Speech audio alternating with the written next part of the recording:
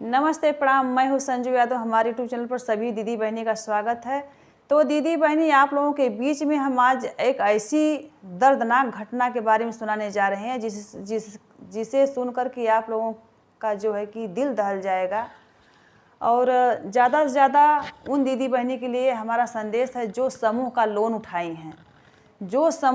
उठाई हैं, उनके लिए हमारा यह जो है कि संदेश है। इस बात को आप लोग पूरा अंत तक सुनिएगा और बहुत ही दर्द भरा गीत हम गाने वाले हैं दीदी बहनी।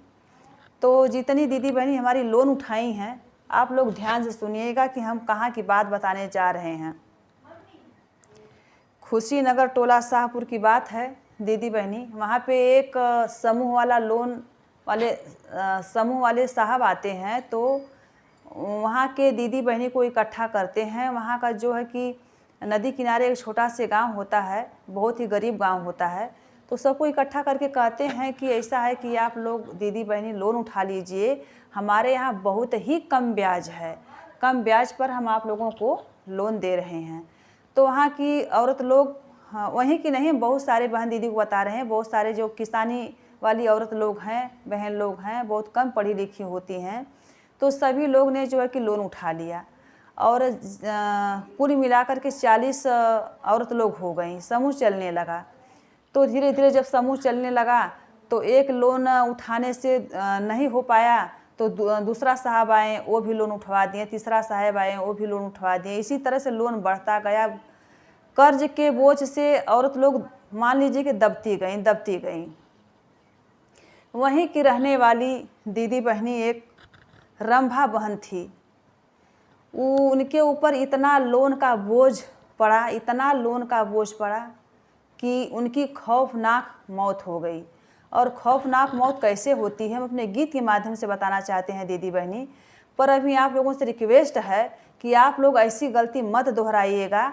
अगर आप लोग लोन लेने में सक्षम हैं तो देने में अगर सक्षम है तभी लोन उठाइए। और साहब लोग जो लोन को बांटते हैं, आप लोगों से भी संजू यादव रिक्वेस्ट करती हैं कि भैया आप लोग भी उसी बहन को लोन दीजिए जो लोन देने में सक्षम है, जिसके पास कोई कारोबार है, बिजनेस, उसी को लोन दीजिए।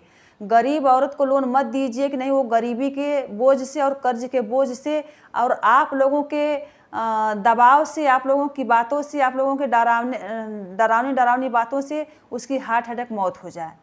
तो प्लीज़ भैया लोग, अब आप लोग भी ऐसी गलती मत कीजिएगा। दीदी बहनी, आप लोग भी ऐसी गलती मत कीजिएगा। तो वहीं की एक रहने वाली रंभा बहन है, देखिए उनके साथ बहुत ही खौफनाक घटना घटती है और कैसे उनकी मौत होती है। बहुत ही दर्द भरा गीत हम लिखे हैं दीदी बहनी। आप लोग प्लीज़ हमारे वीडियो को अंत तक सुनिएगा और कमेंट में बताइएगा कि नहीं संजू दीदी आपका यह गीत है कैसा। अगर हमारे गीत में कोई भी मिस्टेक हुई होगी, गलती हुई होगी दीदी बहनी भैया लोग, तो हाथ जोड़ करके हम माफ़ी मांगते हैं।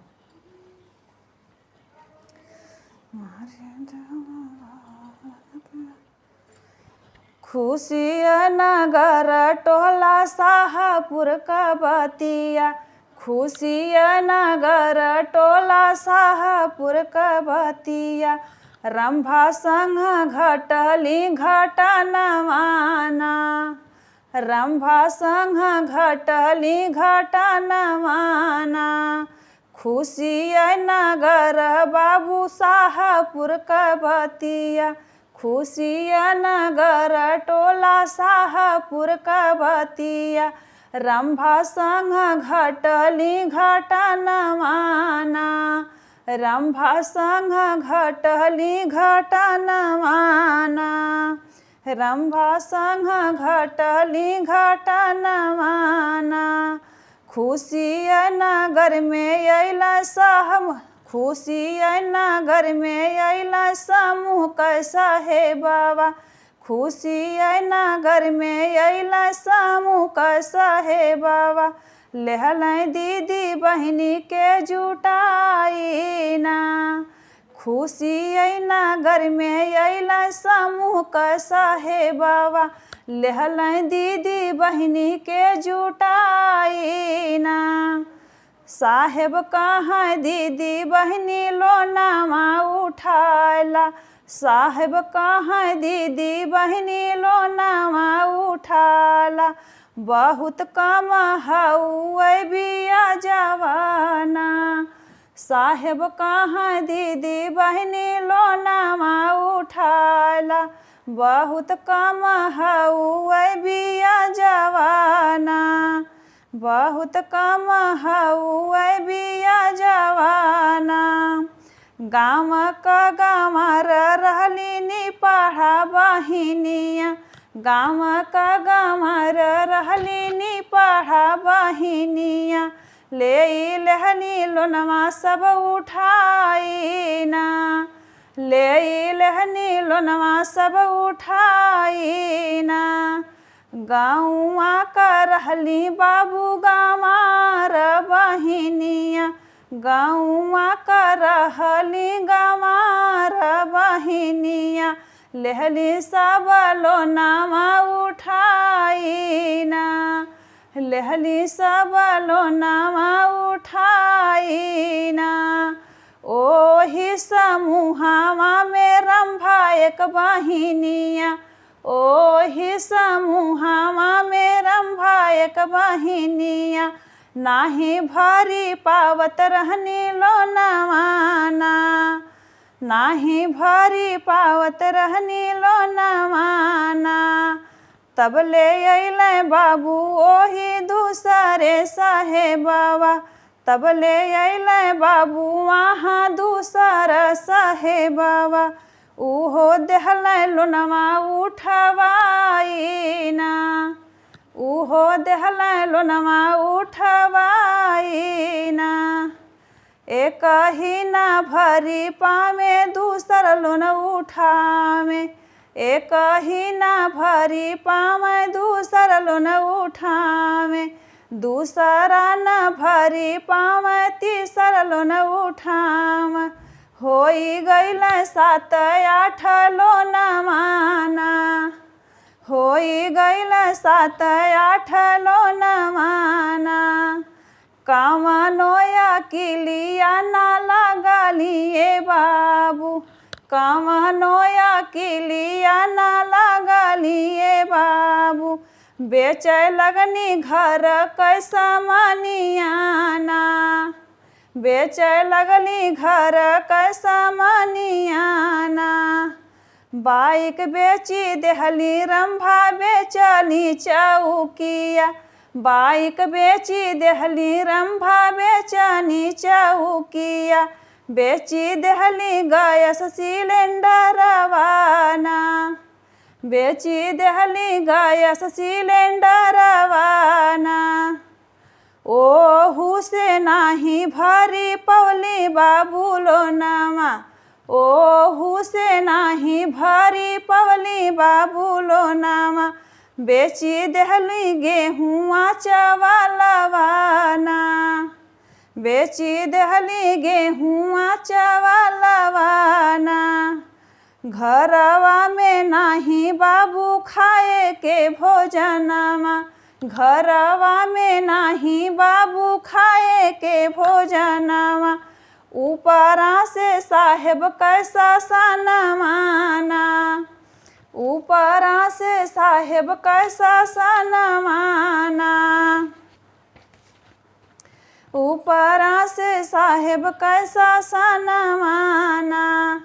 जनमा बचा के रंभा भगनी बहनी अवरे, जनमा बचा के रंभा भगनी बहनी औरे, घरे आई गइले मानी जरवाना। जनमा बचा के बहनी भगली बहनी अवरे, आई गइले घरे मानी जरवाना, आई गइले घरे मानी जरवाना।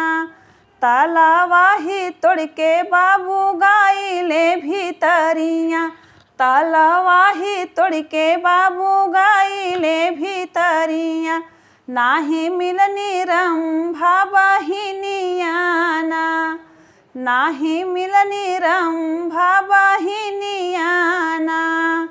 पतवा लगा के पापी गइले बहनी औरे, पतावा लगा के पापी गैले बहनिया उरे, राम भाके बोले लगल बतियाना, राम भाके बोले लगल बतियाना। ऐसन ऐसन बतिया, ऐसन ऐसन बतिया बोले लगन मानी जरवा, ऐसन ऐसन बतिया बोले लगल मानी जरवा। राम भाके भैल टेंशन माना, ऐसन ऐसन बतिया बोले लागल मानी जरवा।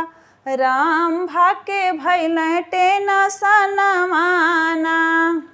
ससुरा से भग के अली बहिनी के घरमा, ससुरा से भग के अली बहिनी के घरमा। एहू चली गईली मोरी जातियाना, एहू चली गईली मोरी जातियाना। एतानी सोचत कहो अइले हट हटे कवा, एतानी सोचत कई बाबू अइले हट हटे कवा। होई गईली रंभा कमाउतियाना, होई गईली रंभा कमाउतियाना। अब कैसे लेबा साहेब लोन करू पयवा, अब कैसे लेबा साहेब लोन करू पयवा। ले लहला राम भाक जनमाना, ले लहला राम भाक जनमाना। सुना दीदी बहनी संजू यादव कहाँ बतिया, सुना दीदी बहनी संजू यादव के बचनिया। जीनी लिहा केहू जाने लो न माना, जीनी लिहा केहू जाने लो न माना। लोनावा के तारे दबनी रंभा बहिनिया, लोनावा के तारे दबनी रंभा बहिनिया। चली गईल आल्हर परनमाना, चली गईल आल्हर परनमाना। लोनावा भरे क कौनो नाही, लोनावा भरे क कौनो रही जब सहरवा। तब लिहा दीदी बहनी लोनावाना, लोनावा भरे क कौनो रही जब सहरवा। तब लिहा दीदी बहनी लोनावाना। गवाही में गीतिया कौनो भइल होई गलती, हाथ जोड़ी मांगे संजू माफियाना। गवाही में गीतिया दीदी भइल होई गलती, हाथ जोड़ी संजू मांगे माफियाना। तो धन्यवाद दोस्तों, हमारा पूरा वीडियो देखिएगा तभी समझ में आएगा कि नहीं लोन का लेन देन कितना महंगा पड़ता है। तो धन्यवाद दोस्तों, फिर मिलेंगे अगले वीडियो के साथ।